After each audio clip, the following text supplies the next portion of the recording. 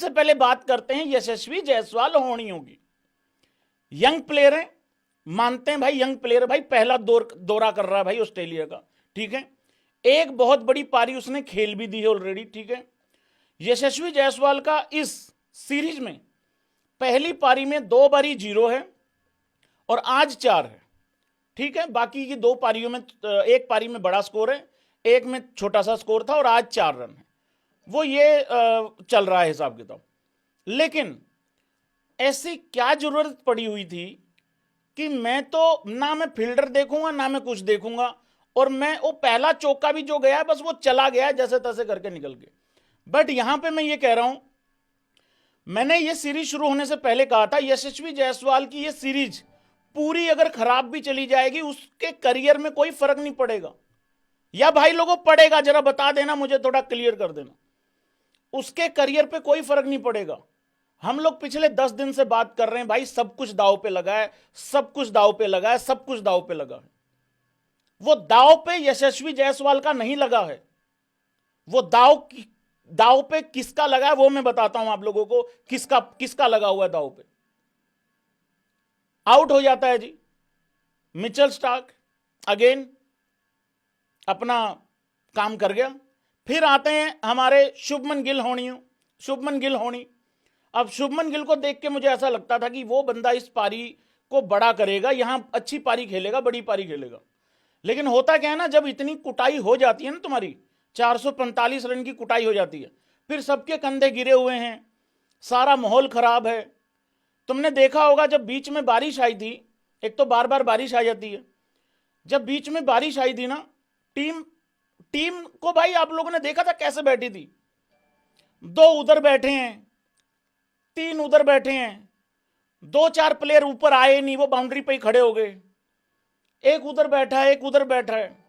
फिर मैंने एक चीज देखी, जैसे ही फिर खेल शुरू हुआ, रोहित शर्मा ऊपर से नीचे आता है, किसी प्लेयर के साथ कोई कम्युनिकेशन नहीं होता, कुछ नहीं होता, चुपचाप ऊपर से नीचे उतरते हैं।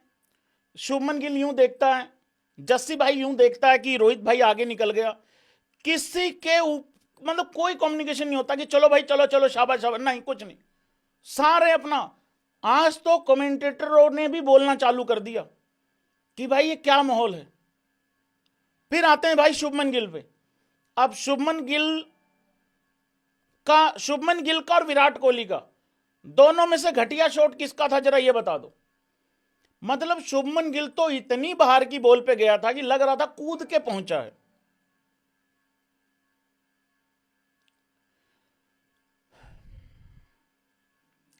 अरे दोनों का ही घटिया है भाई, क्या क्या कर रहे हो तुम, दोनों का ही है। जो लोग दोनों का आंसर दे रहे हैं ना, वो लोग सही बोल रहे हैं, हालांकि थोड़े लोग ही बोल रहे हैं। 1 रन बना के आउट हो जाता है भाई शुभमन गिल। अब वहां पे एक इतनी भयंकर इंजरी हो जाती है केएल राहुल को। भाई केएल राहुल एक बार के लिए ऐसा लगा कि गया। वो केएल राहुल के ना यहां पे बॉल लगता भाई, यहां पे बॉल लगता, और यहां पे कोई प्रोटेक्शन होती है नहीं, सिर्फ वो ग्लव्स का जो है वो रबड़ वाला हिस्सा होता है यहां पे, और कुछ था नहीं। पहला ही बॉल था हेजलवुड का, और वो जिस तरीके से उसके बॉल लगी, जिस तरीके से उसने बैट छोड़ा, और जिस तरीके से वो रुका ही नहीं वहां पे, वो चलना चालू कर दिया राहुल ने उस साइड पे, कि दर्द में कुछ समझ आ नहीं रही थी उसको। मेरे को तो ये लगा था कि भाई गया बंदा काम से, क्योंकि यहां इसी तरीके से टूर खत्म हो जाते हैं, इसी तरीके से 2-2 महीने की इंजरीज हो जाती हैं भाई यहां पे प्लेयरों की। बट अच्छी चीज ये है कि केएल राहुल ने भाई कंटिन्यू किया उसी टाइम पे, मतलब खेल ही रहा और अच्छा खेल रहा। केएल राहुल बहुत ही सॉलिड दिखता, अच्छा खेलता। फिर भाई आते हैं कि विराट कोहली पे आते हैं भाई लोगों। फिर देखो यार, विराट कोहली क्या बोले यार, आदमी मतलब तरस गए भाई यार। एक शतक आता है पहले मैच में, ठीक है, क्योंकि वहां एक ओपनिंग पार्टनरशिप इतनी बड़ी आती है। मैं तो यहां पे भी कह रहा था, अगर किसी को याद है ना, मैं बार बार एक चीज बोल रहा था, पिछले 7-8 दिनों से बोल ही रहा हूं, शायद कल परसों भी बोला होगा, विदाउट यशस्वी जायसवाल के हमारी पूरी बैटिंग लाइनअप कहीं ना कहीं स्ट्रगल करेगी। अगर वो बंदा ऊपर से रन बनाता है फिर सारे के सारे ठीक ठाक दिखने चालू हो जाएंगे।